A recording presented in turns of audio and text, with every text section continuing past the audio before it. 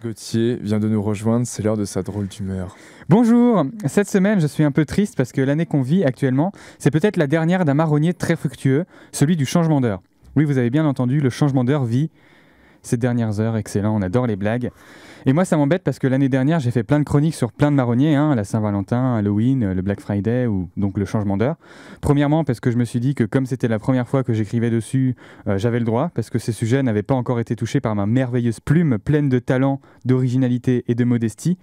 Et deuxièmement parce que mes chroniques je les mets sur internet après, ce qui veut dire qu'elles restent, et moi je comptais sur ces marronniers pour me faire un petit stock de vues tous les ans à la même date, récupérer un peu de YouTube argent. J'avais minutieusement calculé mon coût et le choix de mes sujets. Et voilà qu'il y en a un qui disparaît, pouf, comme ça. Alors je suis vraiment dégoûté, mais je vais expliquer quand même un peu de quoi il en retourne. L'Union européenne est en train d'essayer de supprimer le changement d'heure à l'échelle de l'Europe entière, par souci d'écologie. Alors c'est chiant parce que moi, depuis que je suis tout petit, on m'a dit que si on changeait d'heure, c'était justement pour l'écologie, mais apparemment non, parce que ça polluerait en fait plus de changer l'heure.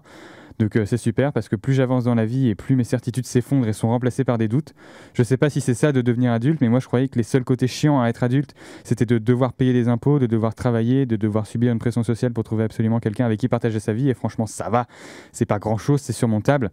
Mais si on me dit maintenant qu'être adulte ça signifie de remettre en cause tout ce qu'on a appris pendant son enfance et son adolescence, franchement j'ai la giga flemme. Moi, j'aimerais bien continuer à croire encore à 19 ans que le Père Noël existe, parce que franchement, j'ai pas envie d'acheter des cadeaux. Mon argent, je l'ai durement gagné. Enfin, je l'ai obtenu en tout cas. Et je préférerais honnêtement le garder pour moi. J'aurais bien aimé encore croire aux cloches de Pâques ou au lapin de Pâques. Je sais pas comment vous dites. Perso, j'ai toujours dit cloche, mais je préfère l'image du lapin. Je trouve franchement ça plus logique parce que comment elles sont censées faire les cloches pour stocker autant de chocolat?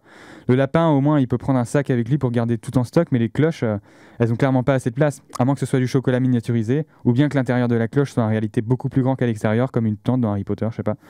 J'aurais bien aimé croire encore à la petite souris, mais malheureusement, j'ai perdu toutes mes dents de lait, donc je peux pas espérer qu'elles viennent. À part si je fais du chocolat chaud, là, j'aurais besoin de son stock de dents.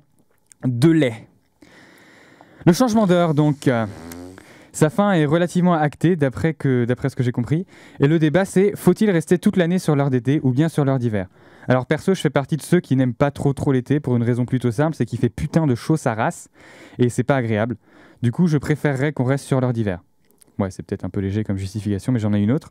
Noël, pour moi, ça a toujours été associé à la nuit qui tombe tôt et à la neige. Bon, alors... c'est pas changer l'heure qui va faire arriver la neige en décembre, parce que malheureusement, je pense que ça n'arrivera plus jamais à cause du réchauffement climatique. Prenez ça dans les dents, les climato-sceptiques. Moi, j'ai pas peur de vous. Et du coup, comme j'aime bien l'ambiance des jours qui raccourcissent de plus en plus à Noël, je veux qu'on garde l'heure d'hiver. Est-ce que c'est un argument?